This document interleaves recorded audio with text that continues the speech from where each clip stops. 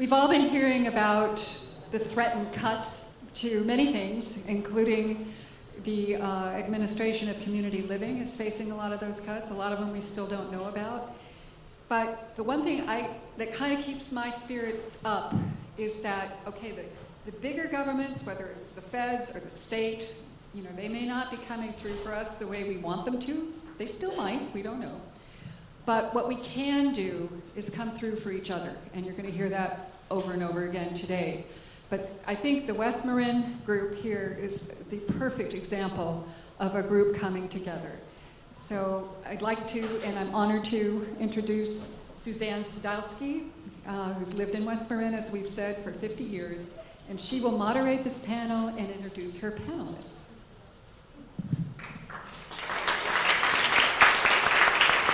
Thank you. It's really such a pleasure to be here with you, and I want to thank all the people that put this together, and especially all the people who came to hear us. I'm not sure exactly what I'm going to say, except to let you know that I so much appreciated hearing what it would have been like if I had stayed in New York City and I was as old as I am today, which is 89 and a half. So thank you, Stacy Torres, for really setting the stage for us to talk about what we're doing here in our communities. Very privileged. I feel very privileged to both be on the Commission on Aging and to be able to be active and involved in my community, and to be able to work on behalf of our families, our elders, our children. You know, in New York City, they've had rent control for a long time, and so people are able to stay in place and age in what have become, what are they called? Naturally occurring retirement communities, which we have also in our community. We have a naturally occurring retirement community in the San Geronimo Valley. I moved there, and I'm not going to talk too much because you really want to hear the speakers, but I moved there to the San Geronimo Valley in 1975. My daughter was not quite 2. I was working as an economist for the United States Department of Labor, the Bureau of Labor Statistics. I was able to commute. I've seen dramatic changes in our community during these years. It was a time when the San Geronimo Valley, and I don't know if everybody been to the San Geronimo Valley? Let me know if you've been there. Okay. All right. Most people drive through. They don't know that there are 4,000 people living in the homes, and many of them have lived there for many years and are aging. I'm one of them. So just to let you understand that what we've decided to put together in our panel are people who have worked directly in our communities, doing the work to provide services for people who are aging, and not just people who are aging. We have many intergenerational programs in the Valley that we feel is essential to the well-being both of the elders and also the children, because they benefit from having their families around. We're not we've moved to suburban areas. We've moved to places that were affordable. They're no longer affordable for many of us. It's not affordable to maintain a house very often if you own a property, and it's not affordable if you're a single older person renting, because the rents are going up much faster than your income. So I'm just not going to say anything more about what I just wanted to say one thing that struck me that I wrote down that Stacy mentioned. We may not realize at first how we may, if I can read my writing, we may not realize at first that we have found a place. We have found a place in the San Geronimo Valley, and the reason that we decided to put this together is to show you an illustration of what we have done in a rural, unincorporated community in West Marin, which has different issues and challenges than those living in suburbs or in cities. And so I'm going to first let you know that we have 3 speakers. The first one is, and if you have questions, please write them down, but we'll wait until each of the speakers have spoken before we answer the questions, if we have time. So first I want to introduce you to Skip Schwartz, who I've known for a long time. I was once on the board of the organization where he is the executive director, which is the West Marin Senior Services, where he's been for 14 years. 11 years, 14 years before that in West Marin at the Audubon Society, right? Canyon Rim, okay, thank you. So. For 34 years.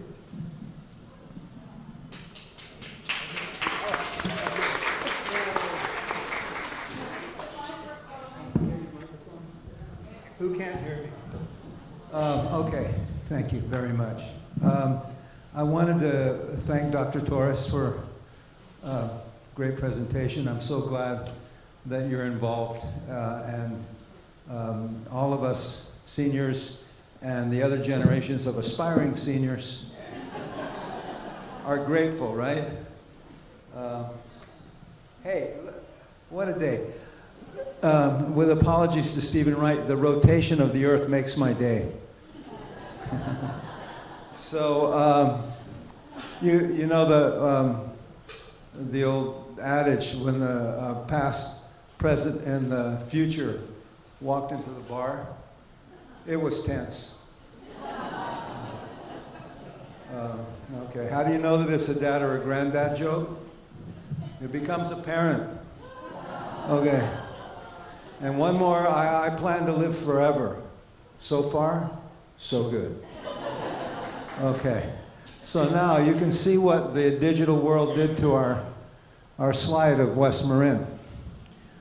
This was the translation into PowerPoint. I heard PowerPoint was obsolete, and now I know it is. You know, use PowerPoint, go to jail.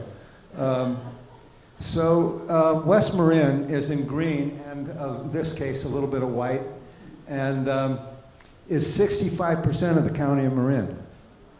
And yet, it only holds 5% of the population. So you can imagine that with 275 square miles of roads and you know, this 325 square miles of territory of Marin County is difficult logistically to access, for people to get help, for emergency crew to get somebody to the hospital, everything. It's a long way to anywhere from West Marin.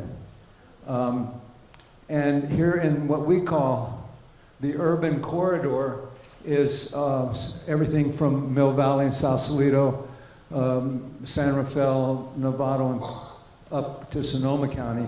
That's where the population is, and the hospitals and so forth. We have 2 clinics in West Marin and a pharmacy hanging on by a thread.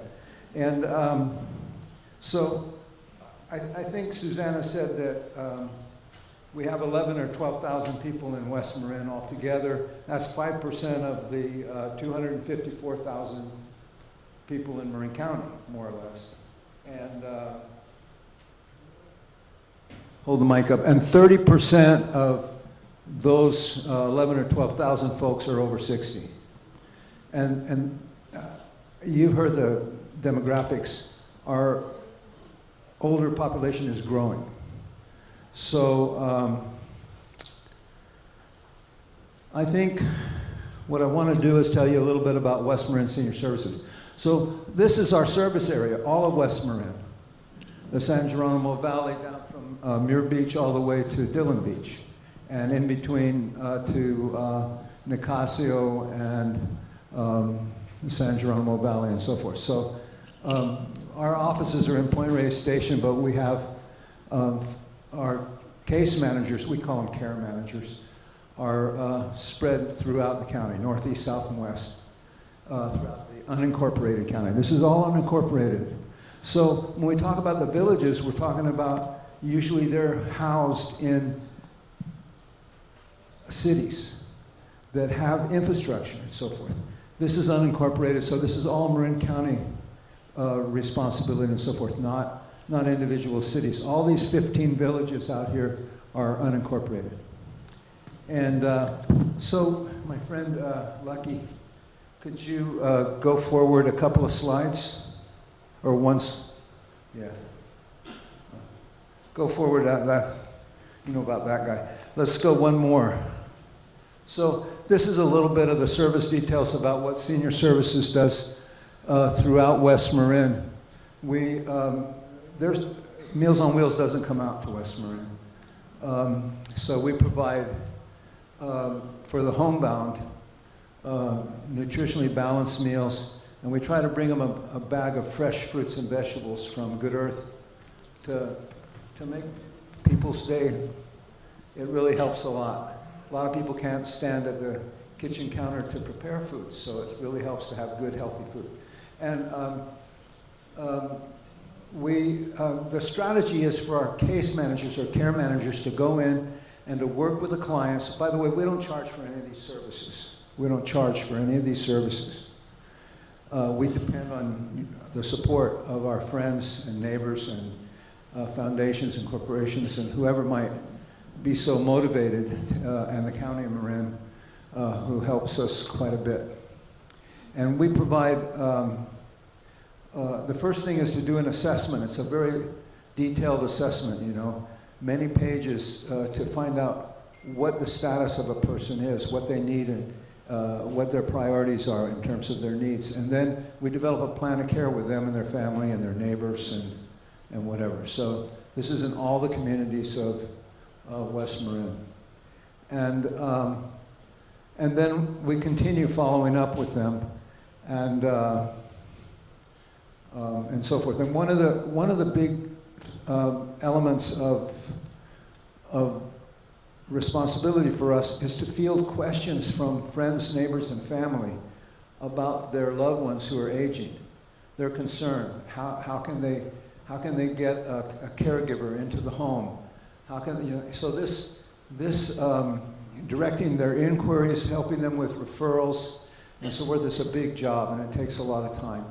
And we spend a lot of time doing that, and with good results. We also have a registry of people who pass the background check. So we don't when we bring meals to people, they have to be a warm handoff. In other words, the meal has to go to the person, not to a cold box that's left out on the porch or something. And that helps us get some feedback.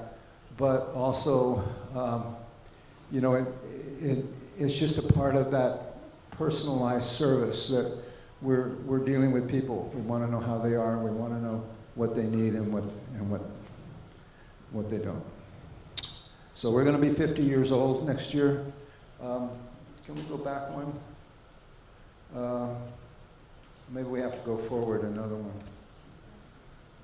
Oh, good. So the one place that we do charge a fee for is our RCFE assisted living facility in Point Reyes Station. One of the few in the West Marin, one of the only ones in the West Marin area. We have beds for 8 people, and this is generally such an important thing for people who can no longer live at home safely and with dignity. And they can come to Stockstill House. It's a wonderful, warm atmosphere. We have a great crew. And they told me they'd reserve a room for me if I need it, so that I can take advantage of those homemade enchiladas and all this kind of good stuff there. But this place is special, and we'd be happy to have you come out and tour it any time you want to come out and see Stockstill House. It's a very warm, wonderful spot. So that's what we do. You like? Good. I think, so then maybe the one with the logo, my friend Lucky. Oh, good. So anyway, that's us. I'm Skip at wmss.org, and you can send me an email or whatever. And We depend a lot on our volunteers, including our board of directors, and we have a couple of board members here. Give us a wave, Lynn, and our administrator over here, Hakire. Okay, so a lot of good people, and as you know, and we work very closely with San Geronimo. And I got to say that just spinning a little bit off of Dr. Torres's presentation, San Geronimo is an area that's really developed a sense of place for people. And their community center, which is the only community center in West Marin. I mean, there's other community centers, but they don't function so much. They're more like events and stuff now and then. But the San Geronimo Community Center is a vital living program, and people can go there and be there and do. And that's quite an exceptional situation. They're also quite close to Fairfax and other parts that are incorporated, and so they don't have the same kind of challenges that people in Inverness and Point Reyes and out in the ranches do in terms of transportation and so forth. There is very little public transportation, despite all the efforts that Marin Transit makes, which are wonderful, but this is just the facts. It's a big place with a paucity of services. So that's it from me, and I'll be happy to answer your questions now or later. Thanks.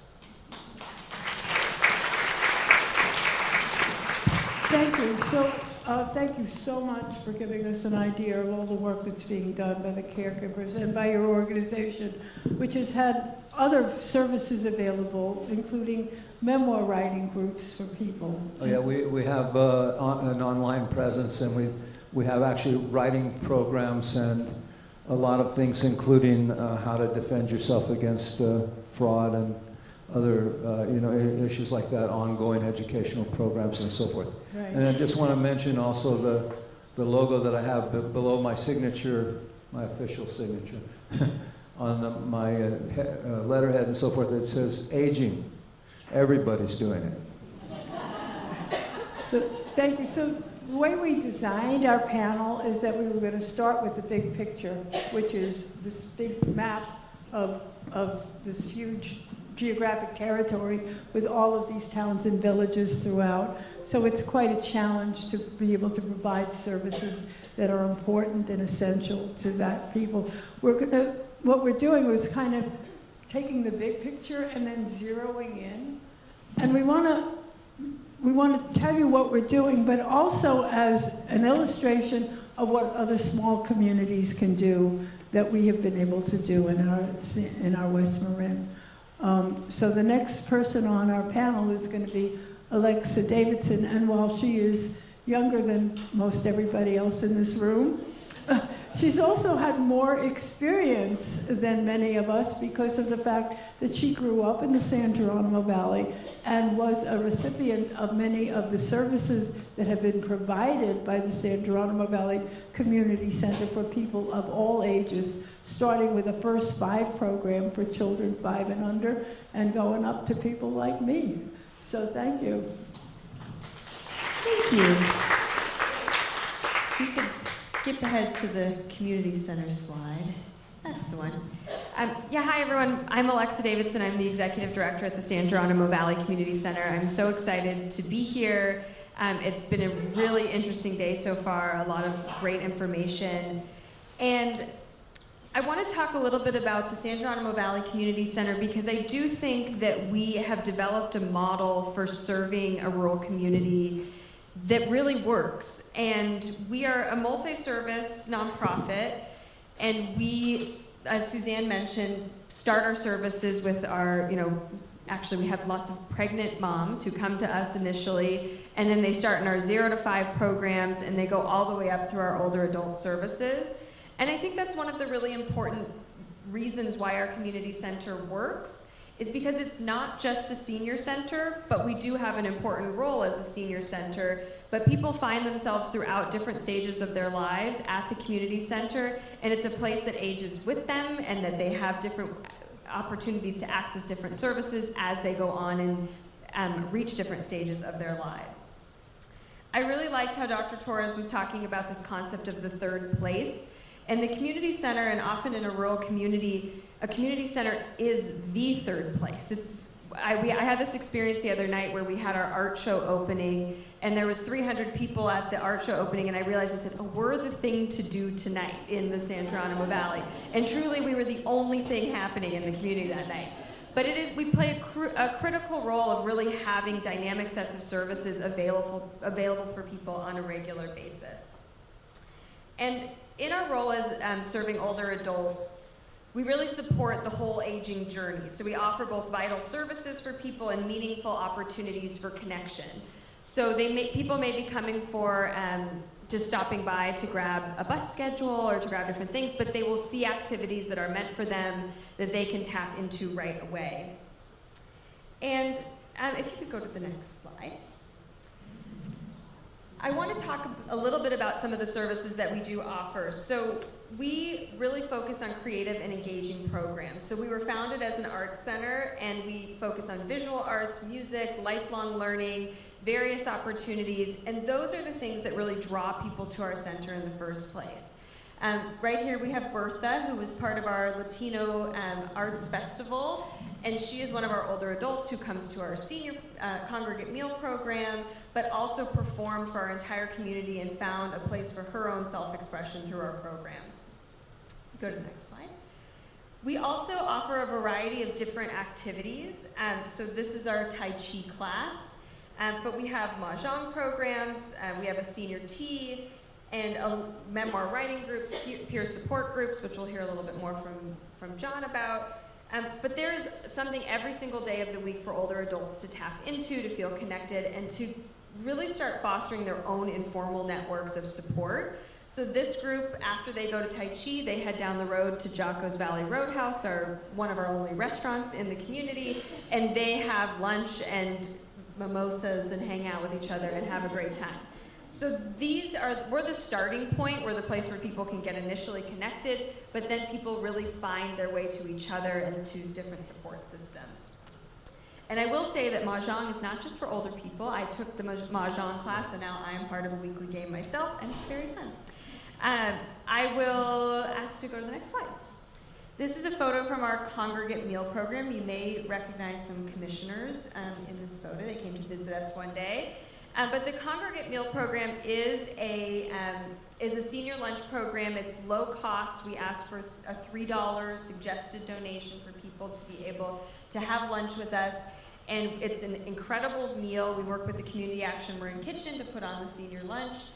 And again, the lunch is just the vehicle that gets people in the door, but it becomes about so much more.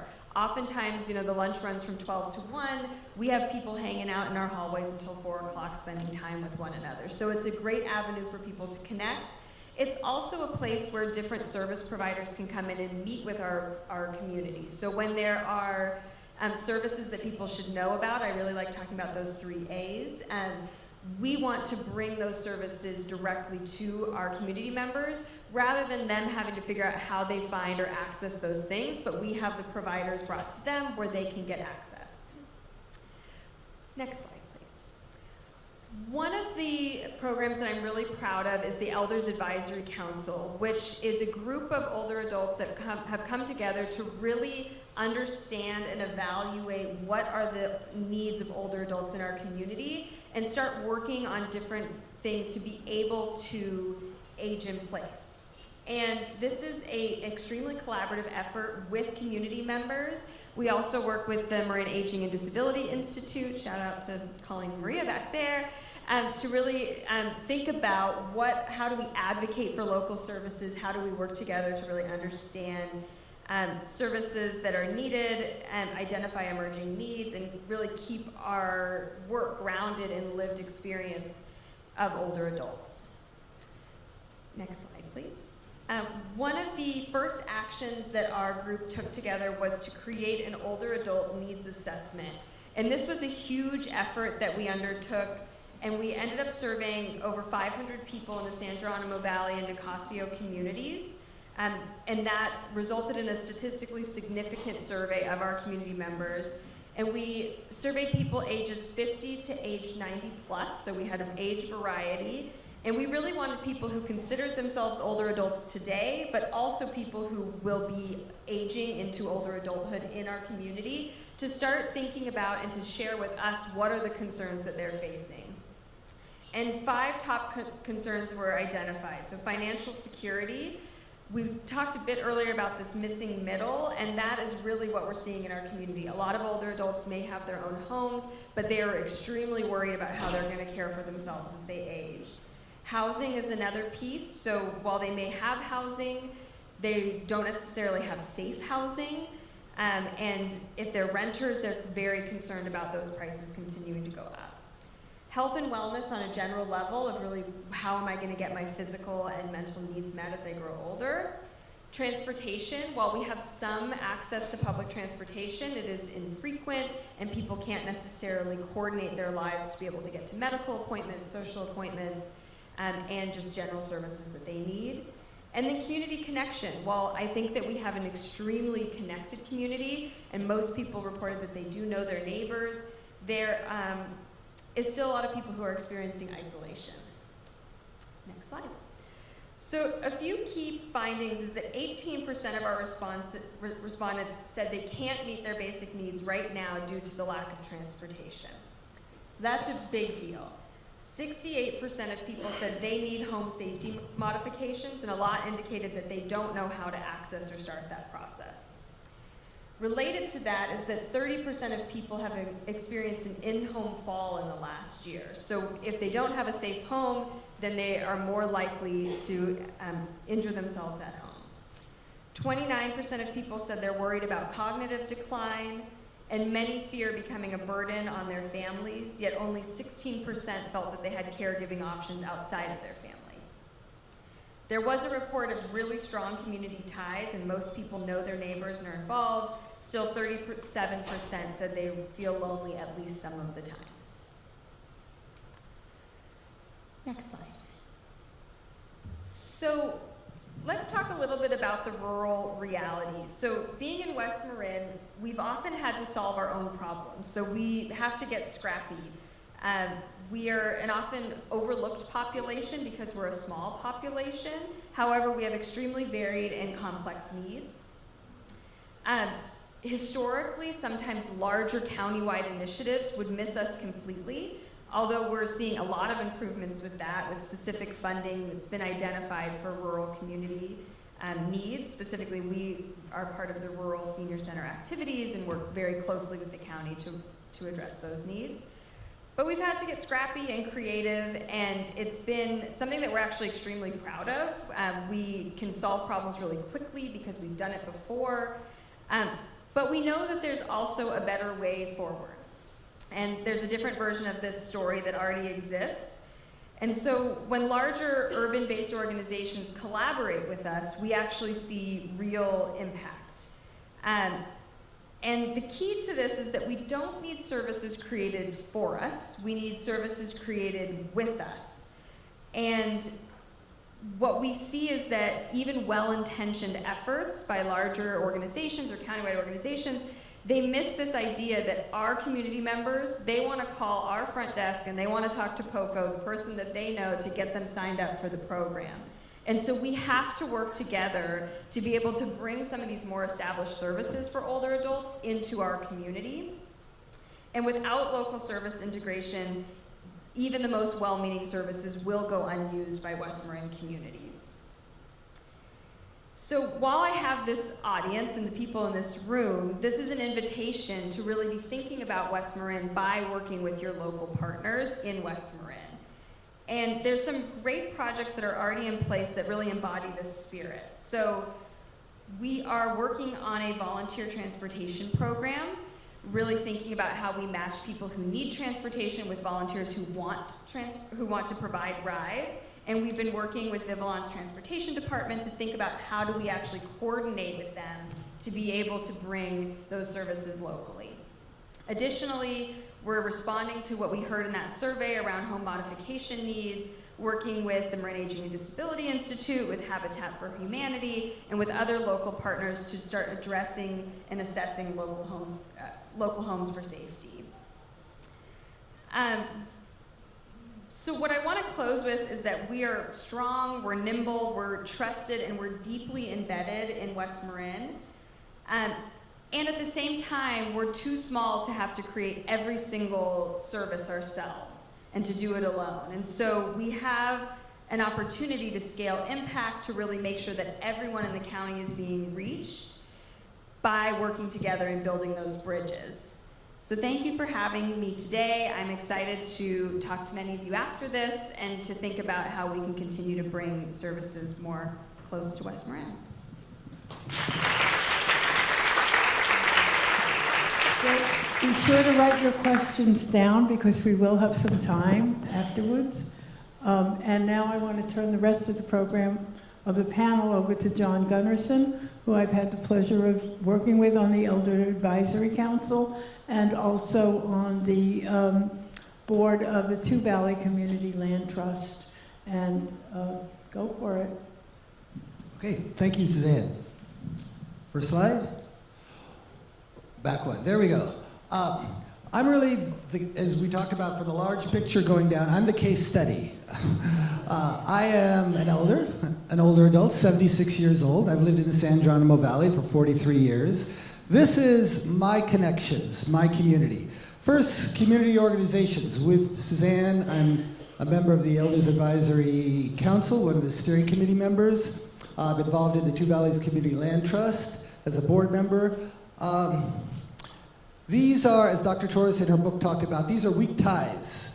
These are, I come together, I'm a part of an organization. They've got a singular purpose. On the Elders Advisory Committee, I know some of the members, but not all. I don't even know all of them by names, and we're not a big group. But this is something that I'm involved in. Then there's more intentional peer groups, which are all through the community center. I'm a part of the Memoir, a writing group. We started during COVID.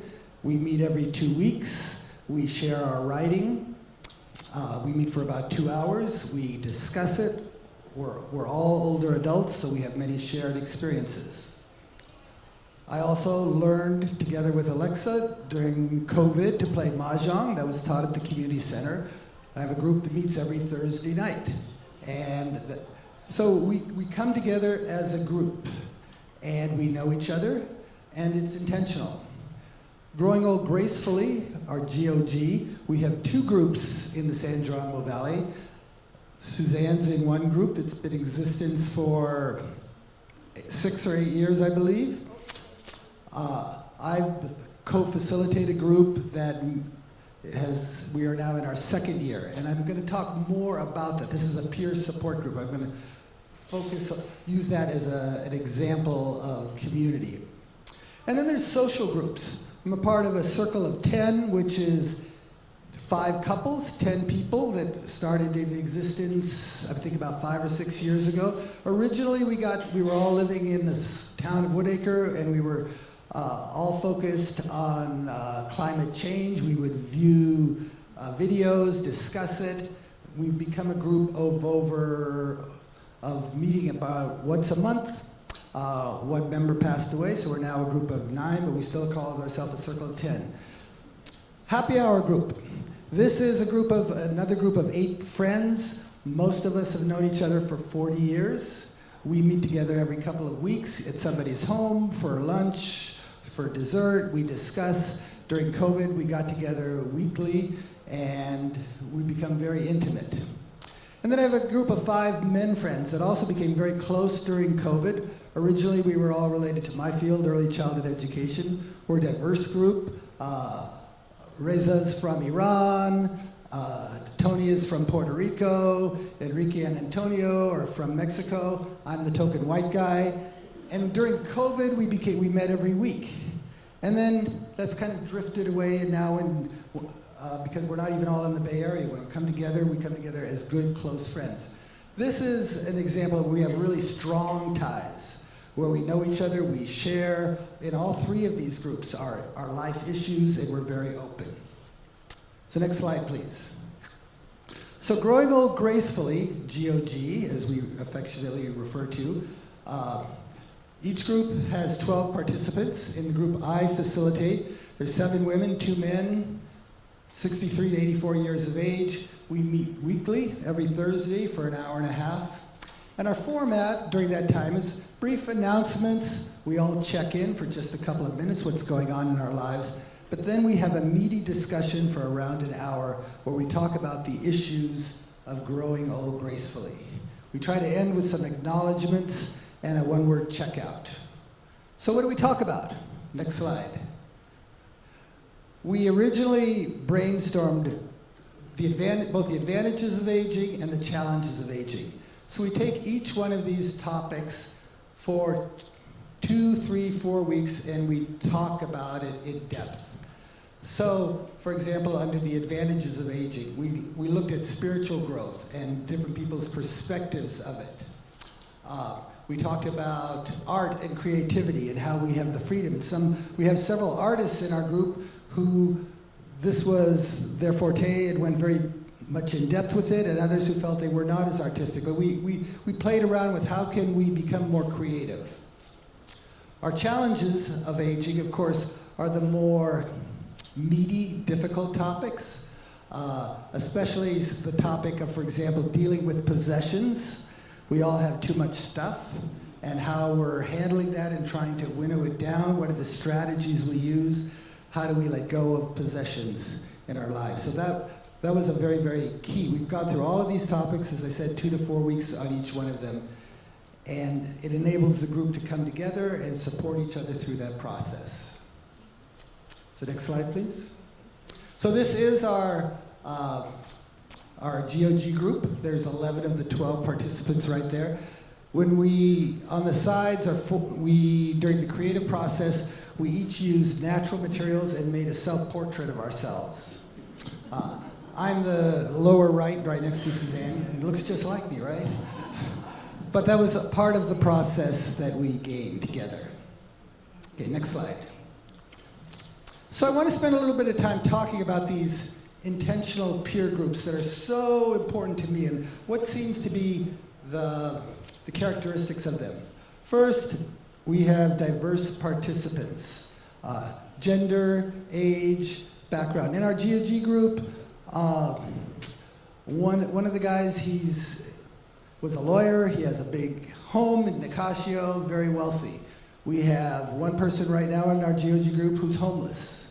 Another person who lives in affordable housing. So very, very diverse participants. There was no registration, no paperwork. The community center didn't give us a bunch of forms that we had to fill out. So we come together, but the group has a strong, strong commitment, but it was this institutional, I don't know, the people that dislike having to fill out forms and having to feel that they're applying for something. So that was not a part of this. There's no cost. We come together every week. I mean, my group has now come together for about 75 times. Well, if we had to pay $20 each time, that would be a lot of money, $1,500. If we had to pay $10, it would be a lot of money. How does the community center does not ask us, we don't have to pay rent for the room, and yet I know for a fact that several people in the group have made annual contributions to the community center in their fundraising drive of over $1,000. So in a way, I think the community center gets more money by not charging us. And that's true for Mahjong, that's true for GOG, that's true for many, many of their programs. The community center provides a lot of support. They are the vehicle that houses us. It's that third space. It provides resources when needed. Basically, it's a room, but when somebody brought coffee and forgot to bring any kind of cups, we were just able to go to the kitchen to get it. If we need copies made, they're going to make the copies and not charge us. When we need tape, when we need keyboards. The community center's motto is "You belong here," and I think that's very, very true. The members of our group feel that they belong. It's a welcoming place. It provides what Dr. Torres talked about, that social infrastructure. Without it being institutional, it's inviting, it welcomes us. Now, the ties, Dr. Torres in her book talks about elastic ties at the bakery in New York City. We started out that way, where we were intimate but had distance. We were 12 different strangers, and we would share things, but we didn't know a lot about each other's backgrounds. We were not like family. But then over time, it evolved to very, very strong ties where we know each other well, we share, and we become not a family, but a very, very strong support group. So that has led us to providing peer support for life crises.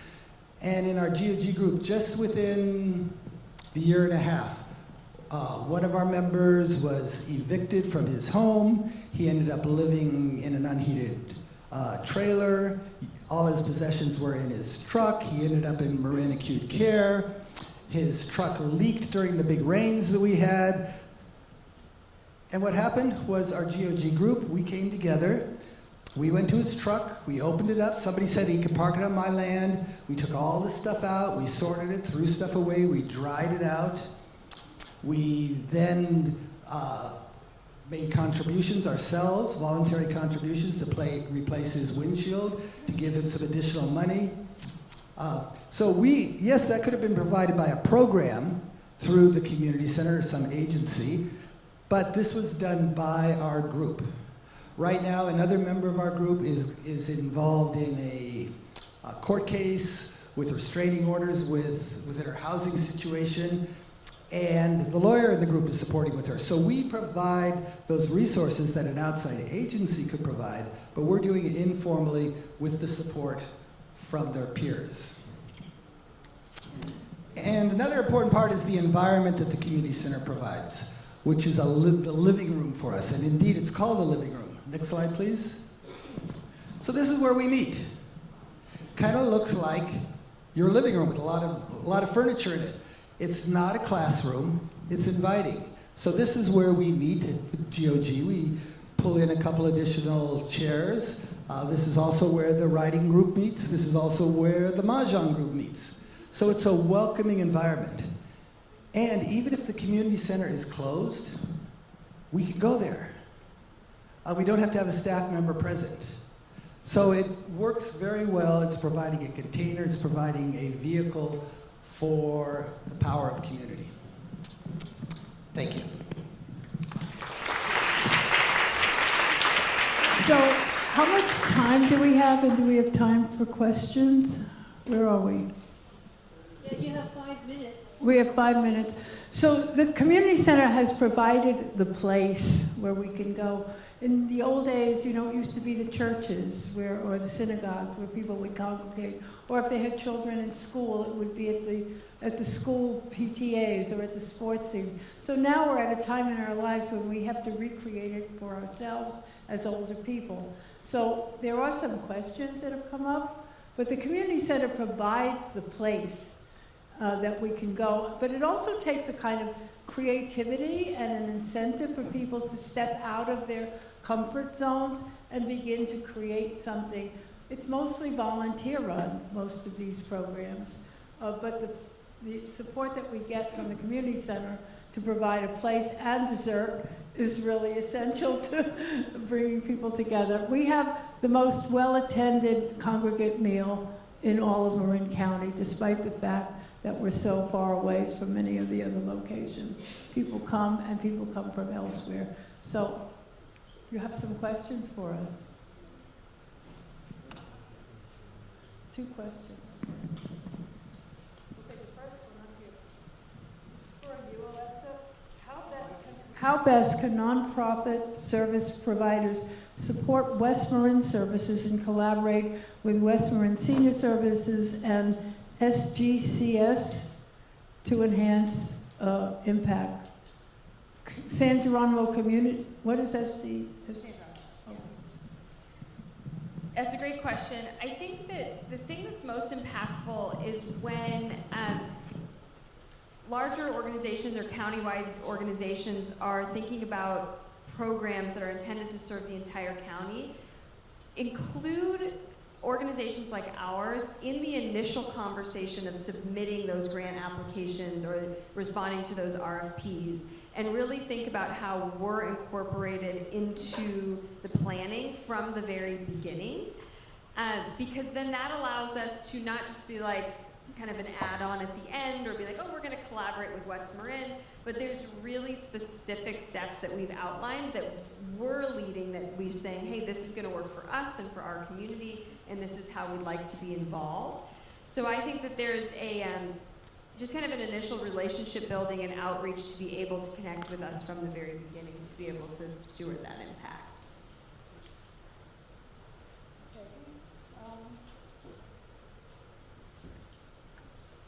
Two very related questions. One of them said, if you hadn't lived in West Marin for many years already, would you move there when you retired? Second question, looks like the same handwriting. If I wanted to move to West Marin as an older person, could I find a place to live? Question, that's a real good question. I mean, yes, I'd move there. Yes, definitely. Housing is definitely a limited resource in our community, and I think that question is very dependent on what your budget is. So there are many homes that come for sale, but seeking places to rent or things like that, it is a challenge. And affordable housing is lacking in our community as it is in many other communities. The other thing that I would consider is that while we're working on creating really age-friendly spaces, there are still not a lot of local resources. And so while we're just trying to solve for transportation and bringing more services locally, there is a pattern of older adults who have more intense needs actually leaving the community because they need to find, assisted living homes.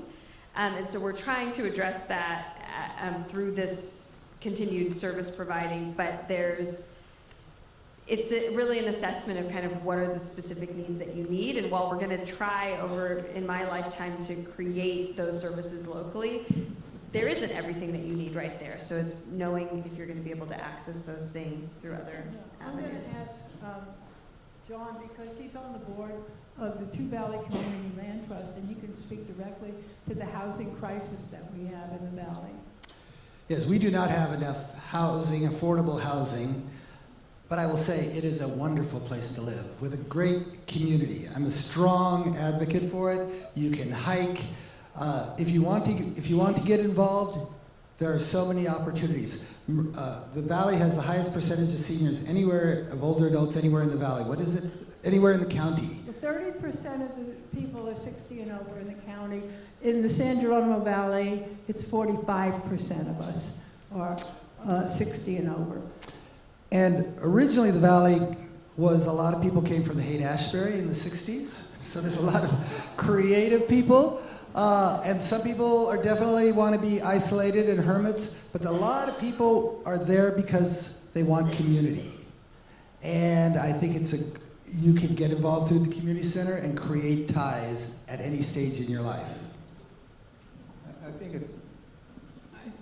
I'm told. I think it's great that you have. If you can come to the valley, you got to have resources. Really, there's very few places to rent.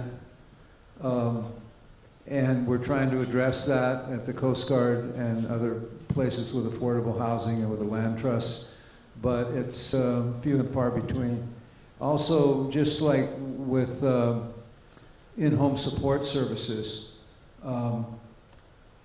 most of the people recruited and trained by in-home support services have difficulty serving people in the valley because of the distances involved. They don't get mileage and so forth and so on. So the fact that for our caregivers, who should be some of our highest paid